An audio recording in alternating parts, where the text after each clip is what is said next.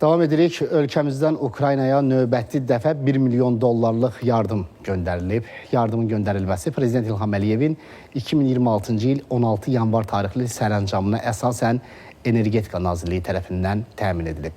Elektrik avadanlıqlarından ibarət növbəti yük Sumqayıt Texnologiyalar Parkının ərazisindən yola salınıb.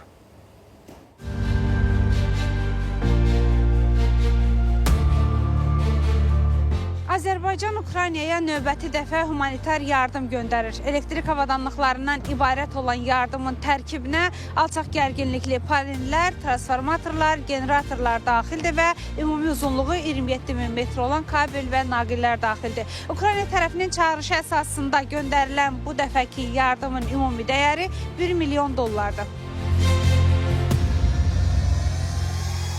Yükün göndərilməsi Azərbaycan Respublikası Prezidenti Cənab İlham Əliyevin 16 yanvar 2026-cı il 893 nömrəli sərəncamı əsasında Energetika Nazirliyi tərəfindən təmin olunur.